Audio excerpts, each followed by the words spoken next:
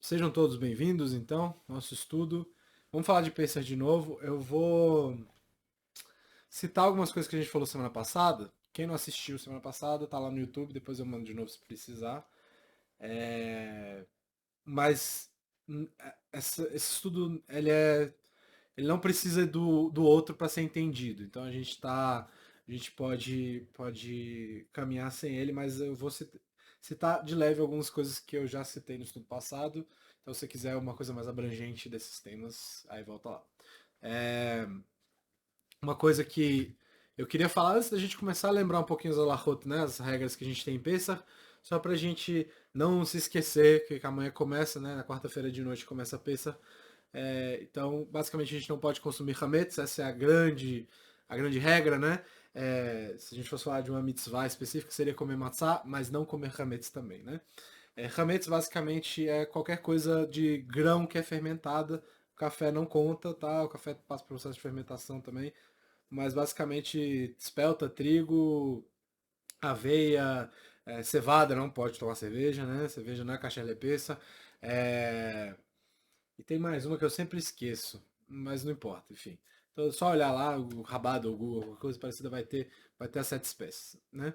É, a gente fica nesse processo por 8 dias na Galut, né? Aqui no Brasil, na Inglaterra, nos Estados Unidos, então são 7 dias mais um. E em Israel a gente tem 7 dias certinho, né? E é proibido, inclusive, não só comer, como ter hametz em sua posse, certo? Então, durante esses 8 dias, a gente ou vende ou dá para alguém. Então, a gente tem vários processos aí. Então, até meio-dia da véspera, ou seja, até meio-dia de amanhã, todo mundo ainda tem tempo para se livrar do hametz que está faltando, tá? Dá para alguém que não é judeu, joga fora. Comida nunca é bom jogar fora, né? Vende, doa, qualquer coisa parecida, né? Na noite antes de Pessah, que é hoje, é, é ideal que a gente termine a procura do Hametz, né? É, olha para casa para garantir se não tem nenhum resquício, se não tem uma migalhazinha ali de um pão que você comeu anteontem, alguma coisa parecida. O ideal já é uma semana antes já tirar pão de casa, né? Se sobrou alguma coisa e tudo isso que você achar hoje de noite, junta e bota fogo amanhã de manhã. Pessah é aquela festa que a gente fala muito de um tema específico, que é liberdade, né? Então ela é a festa da liberdade. Então essa frase vai ser adicionada nas nossas rezas durante os 8 dias. A gente vai lembrar de Pesach na Amidah, tá? No começo do segundo dia a gente começa a contar todas as noites até chegar no famoso 49, né? Que é a contagem do Homer do número 1 ao 49. No dia 50 a gente tem Shavuot. Que essa transição, esse momento Pesach, Shavuot vai ser o nosso tema hoje. E aí, para finalizar minhas dicas aqui de Alahá, primeiro dia de Pesach a gente para pedir por chuva durante a Amidah, tá? A gente não pede mais chuva, é, porque a Terra já teoricamente recebeu chuva suficiente, então ela está pronta para começar a produzir, tá bom? É, então vamos para o assunto, vamos começar de fato. A proibição do Hametz, que é o grande tema, na verdade, de hoje, que a gente já citou um pouquinho semana passada, é um daqueles que é bem diferente dos outros. Eu falei isso um pouco também na semana passada, mas hoje eu vou explorar um pouco mais. Ela é um pouquinho diferente de quase todas as outras proibições dentro da Torá. Tá? A maior diferença é que a proibição é uma proibição que depende do tempo. Ela dura, se você estiver em Israel, 7 dias, se você estiver fora, 8 dias. É uma proibição que depende do tempo, que é muito estranho. Nesse tempo você não pode fazer isso.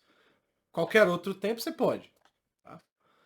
Então a pergunta que fica é a seguinte: se Hametz é ruim por qualquer que seja a razão, ele deveria ser proibido sempre, não? E se não, por que é que a gente proíbe ele em Pessah? Por que é que Pessah justamente é o dia que a gente se esforça para nos livrar do Hametz, né, e não ter nem imposto, né? Então, de novo, se você pensar numa proibição de comer, em Yom Kippur a gente não pode comer, certo? Mas não é a mesma coisa que em Pessah, porque em Yom Kippur comida não é proibida. Você pode ter comida, tá? Não é uma atividade apropriada você comer em Yom Kippur, porque é um dia de jejum. Mas Pessah são dias de banquete, são dias de festa. Então você proibir alguém de comer alguma coisa num dia de festa é uma coisa meio estranha, né? Então o Hametz ele é diferente nesse aspecto, mas também tem outros aspectos que o Hametz se diferencia das outras coisas. Todas as proibições que se referem à comida são classificadas necessariamente de duas formas. O comer é proibido ou obter benefício daquela situação é proibido, tá? Então, no geral, se a gente fala de kashrut, é proibido comer porco, tá? E o hametz, ele cai na segunda categoria. Mas, além disso, você tem uma proibição que eleva essa segunda categoria de não poder ter benefício daquilo, como lo yerae lecha. Então, o hametz não pode fazer parte da sua posse. Você não pode ter hametz. E a minha pergunta é, você pode ter presunto em casa se você quiser? Pode. Você não pode comer, mas você pode ter presunto em casa. Não sei porque que você teria presunto em casa se você não pode comer, mas não teria, teoricamente, tá? Entre aspas, não tem problema. Mas, inclusive, pensa você tem um presunto na geladeira. Você não pode comer o presunto, como eu falei. Mas, hametz você não pode ter de jeito nenhum. Por isso, o normal é que nessa época do ano você vê assim, desespero, seja na sinagoga, seja em casa, as famílias correndo para fazer faxinas intensas, né? Passar aspirador de pó em tudo quanto é lugar, tirar coisa do lugar, botar coisa do lugar, botar papel alumínio em tudo quanto é canto, aquela história toda, buscando qualquer farelo de pão que pode ter ficado em um canto escondido. A gente não tem nenhuma outra proibição como essa na Torá. Tá? A guerra contra o Hametz em Pessah, ela toma outras formas também. A gente falou, e aí que é o grande assunto da semana passada. Né? A gente falou de bitul. As proibições estão sujeitas a esse processo de bitul, que você cancela. Se você procurou tudo, falou assim, beleza, eu dei o meu melhor para procurar, mas eu não achei, e se tiver alguma coisa que eu não achei, eu estou cancelando, aquilo ali não me pertence, eu estou neutralizando. Tá? O bitul passa por outros processos também. É, que é a razão mais comum. Então, se alguma coisa não kasher cai dentro de uma sopa kasher, se tiver numa proporção de uma parte para 60, aquela comida continua kasher. Se tiver uma proporção maior, deixa de ser. Tá? Então, o bitul também conta para comida kasher normal, não só para o hametz. Principalmente se tiver associado a uma perda monetária grande. Tá? A maioria das pessoas não vai ter como descacherizar a própria comida assim, porque é meio improvável. Né? Mas existe a regra. O Hametz não está submetido a bitula, a não ser que você tenha procurado e que seja uma quantidade pequena. Tá? Por causa dessas regras que parecem ser meio complexas, a gente faz de tudo para eliminar qualquer resquício de Hametz das nossas vidas nessa época. Hametz não pode e não deve ser encontrado em qualquer lugar das fronteiras do povo, da sua casa, na sinagoga, na casa do seu amigo, em lugar nenhum. Tá? Então, de acordo com o Narmanides e o Maimonides, a gente tem esse processo de retirar o Hametz, inclusive das nossas mentes. Esse que foi o grande assunto da semana passada. Né? Mas o que tem de tão ruim no Hametz, eu não sei. Se a gente for falar assim, pô, por que eu quero tanto destruir esse negócio? Eu já perguntei isso no começo, mas é uma coisa que a gente vai perguntar várias vezes hoje. Eu tenho que destruir qualquer quantidade encontrada e por que essa atitude é tão drástica? E 7 ou 8 dias depois, essa atitude já não vale mais.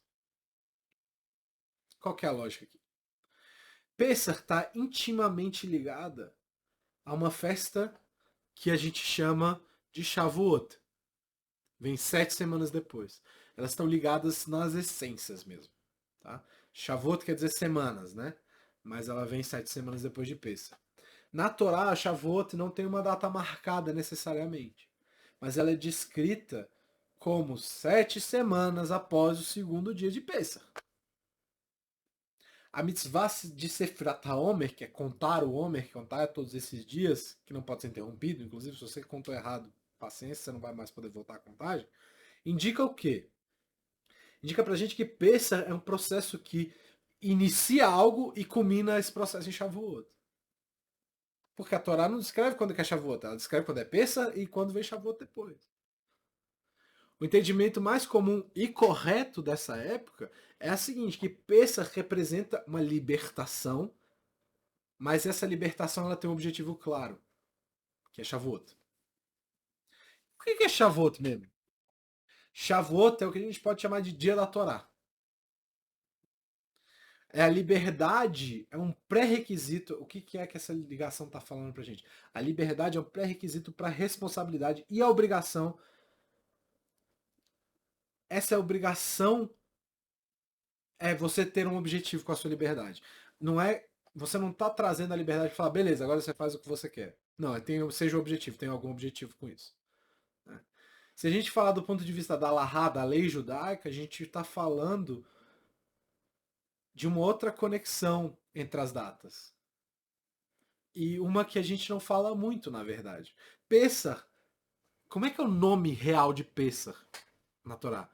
Dos outros dias, principalmente. O nome oficial é Hag HaMatzot, que é festa das Matzot, festa do pão ázimo, né? Shavuot na Torá também tem uma outra coisa diferente. Qualquer festa que é instituída na Torá, em um dado dia, a gente é informado que tem algum ritual específico. No caso de Pessah, a gente tem o sacrifício. Ah, não tem sacrifício hoje, sim, mas a gente representa ele naquela. Né? Shavuot é uma que é uma exceção do ritual. E aí tá a única nota de hoje, que é muito interessante. O que é que a Torá fala sobre Shavuot? A Torá fala o seguinte. Vaikra 23, começando no passo 15, diz o seguinte.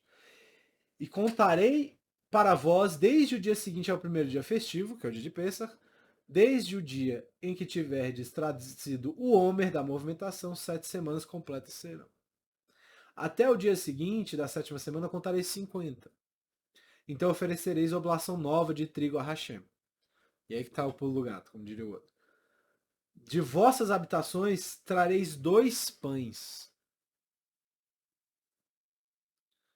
para serem movidos de 2/10 de partes de um efá.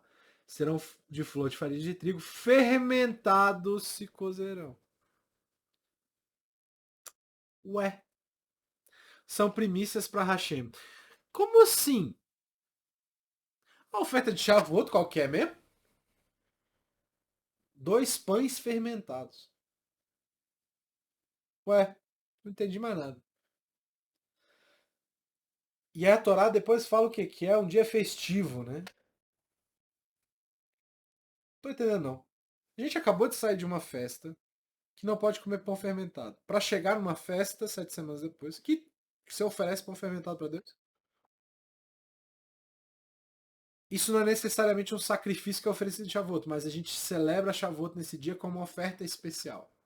A oferta é diferenciada. 2 pães, 2 halot praticamente. Então essas 7 semanas entre as duas festas é um tempo de passar do matzá para o hametz?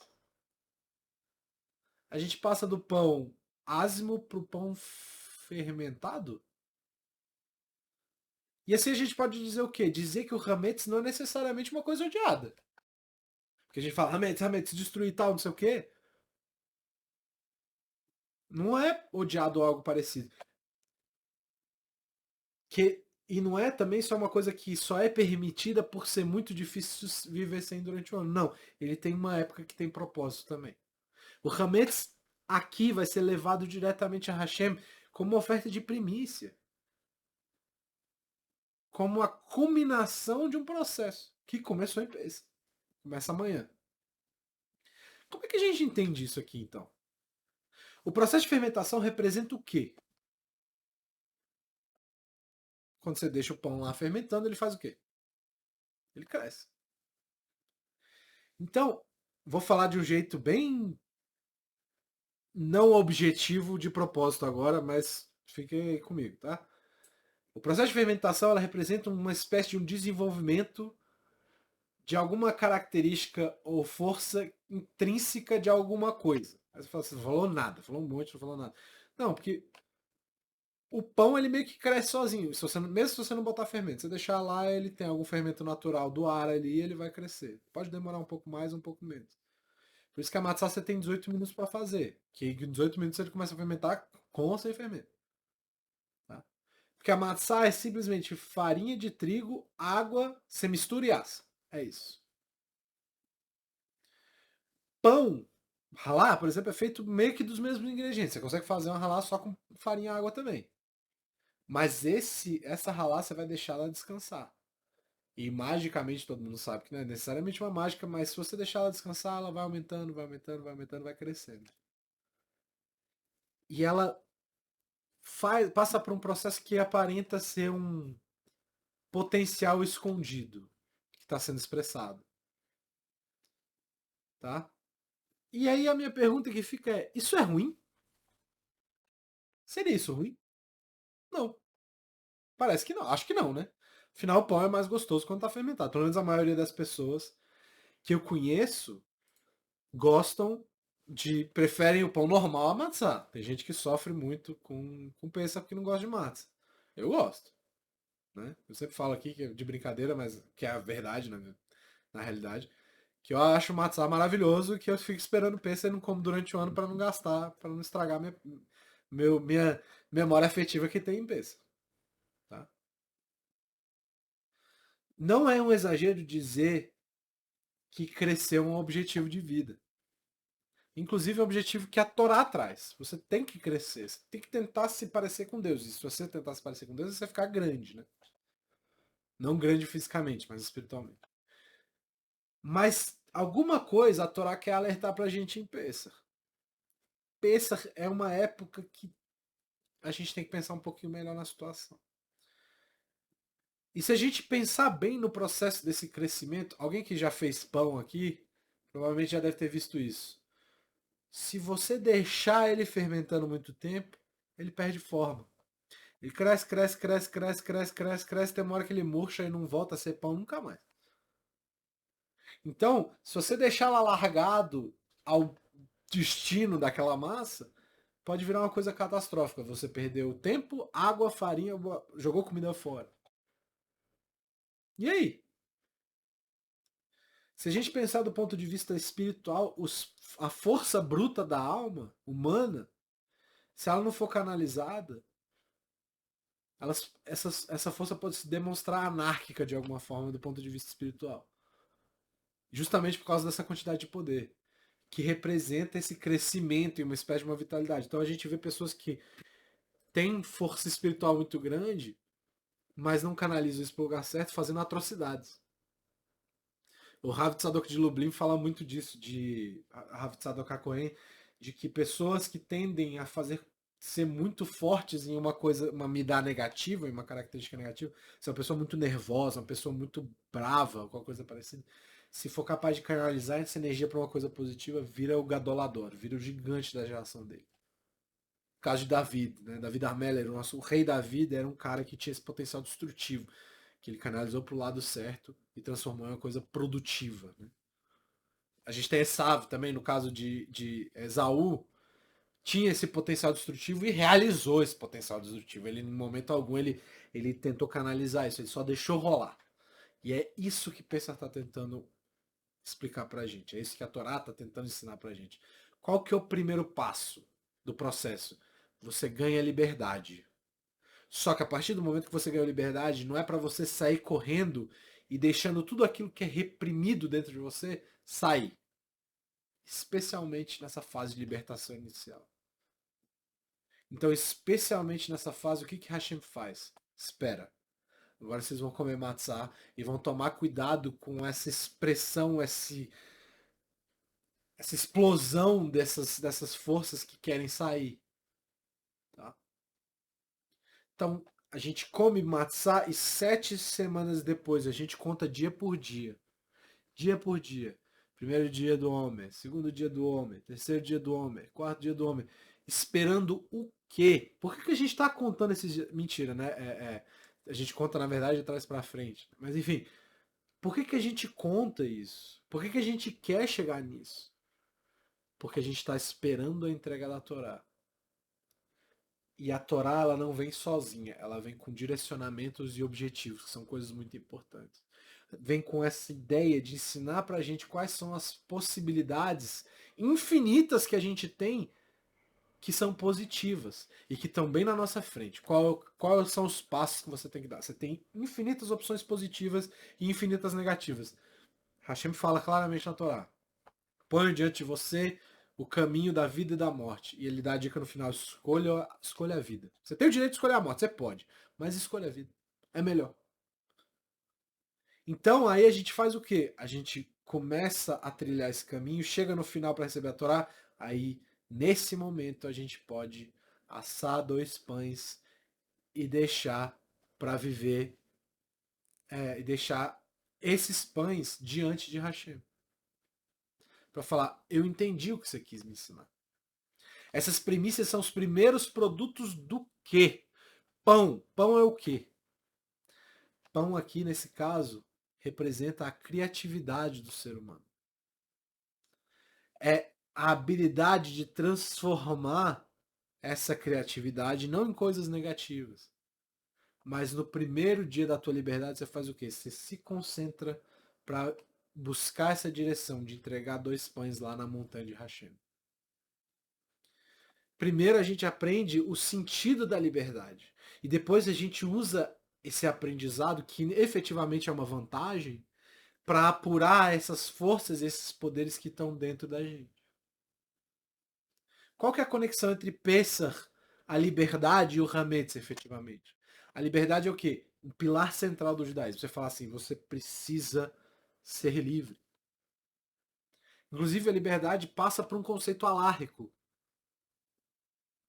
Por quê? Sem liberdade, a gente não pode servir a Deus. Por mais paradoxal que isso pareça, mas eu vi o escravo de Deus. Sim. E daí? Por mais paradoxal que isso pareça, só homens livres podem obedecer às ordens de Deus. E Pessah é a primeira festa no começo de um ciclo de ano, inclusive tem algumas fontes que chamam Pessah de um tipo de ano novo. Mas essa experiência da liberdade por si só é basicamente vazia. O primeiro estágio da liberdade é um conceito negativo em si. Não ser dominado por nada. Não se entregar a nada. Não ter leis, não ter restrições. Não é um conceito necessariamente positivo. E a gente tem muitos pensadores, muitos comentaristas, que por essa razão dizem que a liberdade tem que ser dada só para aquelas pessoas que têm uma perspectiva correta da vida. Aqueles que já foram educados, que educaram suas mentes para que elas possam ter essa capacidade de usar a liberdade de fato. Mas eu faço o que eu quiser. Sim, você faz o que você quiser. Eles podem falar isso. Mas a única pessoa. Mas o que eles querem dizer no fim das contas é a única pessoa que vai saber usufruir da sua liberdade é essa pessoa que tem essa capacidade de servir a Deus. Mas a Torá sabe uma coisa que é muito importante. É muito difícil você educar um escravo. É muito difícil. A gente não tem uma outra alternativa. E o que a gente faz? A gente tem que construir uma coisa positiva no meio desse primeiro passo, que é negativo quando a gente fala de liberdade. Você não pode deixar a liberdade e falar assim, não, beleza, agora a partir daqui. Não. Você dá a liberdade já com um perhaps. Fala assim, olha, pensa muito bem na hora de usar. Mas como assim? Quando você pergunta como assim que vem a explicação. Por isso que Pessah é cheio de pergunta. Por isso que Pessah é recontar a história. Por isso que Pessah celebra a liberdade, mesmo sem Torá. Porque só ela, efetivamente, mesmo sendo esse conceito negativo, pode levar para a Torá. Né? E se a gente pensar por um lado específico, a Torá define a comida apropriada para a liberdade pura, para essa liberdade sem essa restrição da Torá. Qual que é a comida que está sendo escrita? Matzah. Pão não fermentado. Pão que não foi permitido que ele crescesse e ele permanece achatado. E é estranho, porque se a gente pensar bem, a gente está saindo de onde agora? O Egito, em hebraico, chama-se Misraim. Misraim é um local apertado, que não permite que você cresça. A matzá, por isso, recebe o nome de Lechem Oni, o pão do pobre, ou pão pobre. E se a gente pensar direitinho, Faz sentido que seja comida de escravo a matzá, mas faz sentido que ela também seja o pão que o homem livre vai comer se ele não trabalha para impor nenhum tipo de significado a essa liberdade. Que ele vai estar sempre com pressa, sempre para um lugar para ir. Ele nunca vai ter objetividade. E como é que o povo faz quando sai do Egito? Eles deixam o Egito, o povo judeu deixa o Egito com essa liberdade que foi dada de uma forma apressada. E aí a gente sabe que eles não tiveram tempo de deixar o pão fermentar. Porque eles estão correndo para sair de qualquer jeito do Egito. Tecnicamente livres. Mas eles não estão restritos. Então eles ainda são escravos nos corações deles. Eles não fazem ideia do que é não ser escravo. Só que agora eles são escravos sem mestre, né? Vamos dizer assim. Não que esses mestres vão fazer falta. Mas o único objetivo deles agora era a liberdade. Eles só querem se livrar daquela dor e daquela falta de compaixão que os mestres tinham. Eles só querem sair do Egito. Mas o objetivo da liberdade não se completa em si mesmo. O objetivo da liberdade não é a própria liberdade.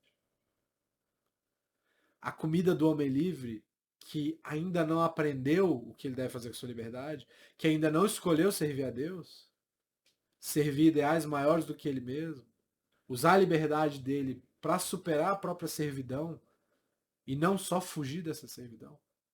A comida dessa pessoa é a matzá.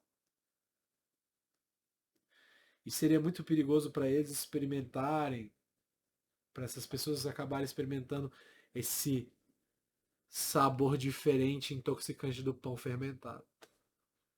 Que é o fruto de um processo que se multiplica no escuro e cresce meio que descontrolado e sem freio se não tiver ninguém ali para botar ele no forno na hora certa. E o problema desse crescimento sem freio é que uma hora ele acaba. E na hora que ele acaba, a gente acabou, na faculdade, a gente acabou de sair do módulo chamado proliferação celular, que a gente estava estudando basicamente os conceitos básicos da oncologia. E o que é um câncer?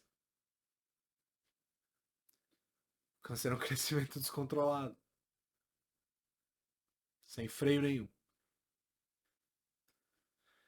E ele é tão negativo que ele começa a sugar todas as suas forças até que não dá mais. O Hametz passa um pouco por esse processo. Você tem que saber crescer. Então seria muito perigoso para aquelas pessoas experimentar esse crescimento. Assim como é perigoso para nós quando as nossas células decidem que elas não querem mais seguir as regras. O Hametz em Pessah não é só uma comida proibida para comer. É proibida de ter. E que nem o Maimonides fala, é proibido ter na sua cabeça. Você tira ela até da tua mente. Como se aquilo ali não existisse. E durante esses 7, 8 dias, qualquer sinal de crescimento descontrolado deve fazer o que com ele? Você queima. Porque você não quer que aquilo se espalhe. Não agora. Esse é o momento. Não é o momento de você crescer para se tornar um ser humano dentro da barriga da sua mãe. Esse é o momento que, se começar a crescer, você vai ter uma doença muito séria que provavelmente vai te dar problema. Que é a que a gente falou do câncer. O ciclo de vida judaico durante o ano não é o melhor exemplo de equilíbrio que a gente tem, nem de moderação. A gente tem festas que é para beber muito. A gente tem festas que você não come nada, nem bebe nada. Na verdade, o que é que a gente faz? A gente experimenta extremos para quê? Para poder incluir esses entendimentos do que são extremos nas nossas vidas. Falar assim, calma aí, eu posso ir até aqui e aqui eu não posso passar. Pensa essa experiência de liberdade simples e pura. Para transformar ela numa experiência negativa, desculpa, positiva agora, a gente tem que conduzir uma busca obsessiva para eliminar qualquer erva daninha que vai crescer descontroladamente no nosso jardim. E esse é o primeiro passo que a gente dá em direção a Shavuot. Pessah é a festa da liberdade. O que você faz depois de Pessah? Numa vida normal, já saiu do Egito, tá Israel.